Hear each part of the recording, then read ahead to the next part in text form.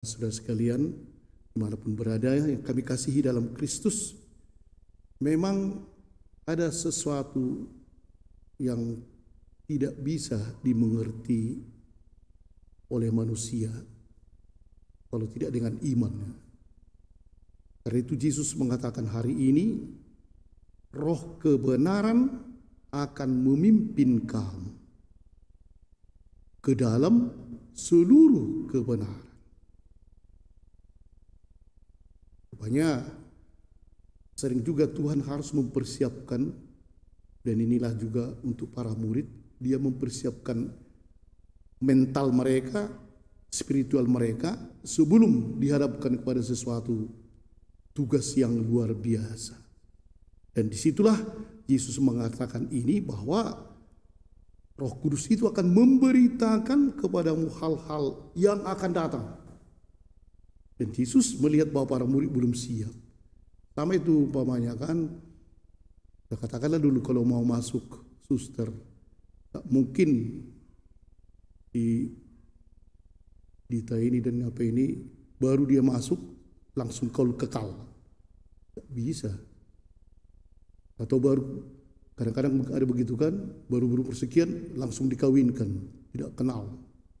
Selalunya ada persiapan supaya siap mentalnya, dan malahan ada kursus, ada belajar dan seterusnya. Dan itu yang dilihat oleh Yesus, belum ada persiapan pada murid ini. Karena itu Yesus akan pergi, bagaimanakah mereka harus disiapkan. Dan ya, murid-murid pun tak tahu apa nanti yang akan terjadi.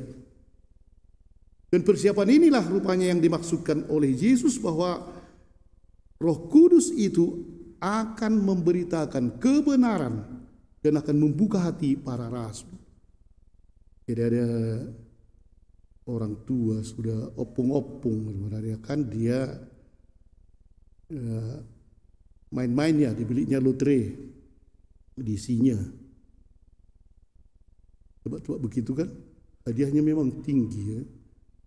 Dan sesudah sekian bulan ada pengumuman, opung ini dapat 2 miliar. Anak-anaknya yang jadi gugup, mampuslah. Nanti kalau bapak ini dapat itu langsung kurasa jantunganlah mati nah ini nanti. Perlu dipersiapkan batinnya. Jadi mereka sembunyikanlah berita ini, koran disembunyikan dan semua disembunyikan. Bagaimana mempersiapkan bapak ini 2 miliar? Kalau nanti datang kita, bapak dapat, mati nanti. Jadi akhirnya disuruhlah, diminta dulu nasihat pastor. Nanti begini bapak kami, opung orang ini dapat 2 miliar lotre. Nanti kalau diberitahukan itu bahwa dia dapat, saya kira pingsan dia. Jadi lebih baik pastor lah memberikan nasihat, biar persiapan batinnya bisa, bahwa pastor lah dikarang-karang lah bahwa materi itu tidak begitu hebat. Yang penting apalagi bapak sudah tua, ada keberuntungan atau apalah, wah dipanggil lah. Akhirnya dihadap, pura-pura pergi anaknya ini. Apa kabar pak? Dinasihati pastor ini lah kan. Baru sebenarnya kan kalau kita lihat, tak ada artinya keberuntungan dunia kalau kita tidak memperoleh harta surga. Benar pastor, benar. Bapak itu mulai heran. Jika umpamanya kita tiba-tiba kaya begitu, untuk apa? Harus sebenarnya yang penting untuk Tuhan. Dinasihatilah. Akhirnya sesudah tidak pastor ini sudah siap, bapak itu kan baik kali. Memang apa materi-materi. Apalagi kita sudah tua pastor ini. Tahu bapak pernah mengisi lotre ya? Bapak dapat 2 miliar. Dan bapak itu tenang-tenang aja. Oh, bagus juga. Wah, bagus nasihat pastor itu rupanya sama ya. Itulah. Jadi mungkin bapak akan dapat 2 miliar sama anak bapak, diambil lah besok. Ya. Bagus juga lah itu ya. Tapi menurut saya pastor 2 miliar itu udah banyak. Karena itu saya akan menghadiahkan sama pastor 1 miliar. Pastornya yang pingsan, yang tidak siap. Pastornya yang akhirnya jatuh pingsan karena dia tidak siap. Dia mempersiapkan padahal dia tidak siap. Inilah kalau memang persiapan hati tidak ada, tiba-tiba datang. Dan para rasul pada hari ini diketahui oleh Yesus Karena itu dia katakan masih banyak hal yang harus kukatakan kepadamu, tetapi sekarang kamu belum dapat menanggungnya. Kalau diberikan kepada suster ini, pas suster besok dapat 1 miliar, berasa jadi ritik dia kan. Tak bisa, tak siap. Karena itu belum kamu dapat menanggungnya. Kemudian disitulah, tetapi apabila roh kebenaran, itulah Roh Kudus, datang, dia akan mengatakan segala sesuatu, dan yang dikatakannya itu adalah hal-hal yang akan datang. Para bapak dan ibu dan saudara sekalian, di dalam kehidupan kita memang rencana Tuhan pada manusia sulit itu diterka, ya. Satu misteri. Bunga-bunga ini umpamanya tidak pernah dipaksa oleh Tuhan, mulai tumbuh daunnya langsung berbunga, tidak. Selalu Tuhan membuat berkembang dulu, alam saja pun diikuti secara, kalau kita katakanlah evolusi atau pelan-pelan. Apalagi manusia. Manusia tidak bisa tiba-tiba begitu saja, dan Tuhan selalu mempersiapkannya.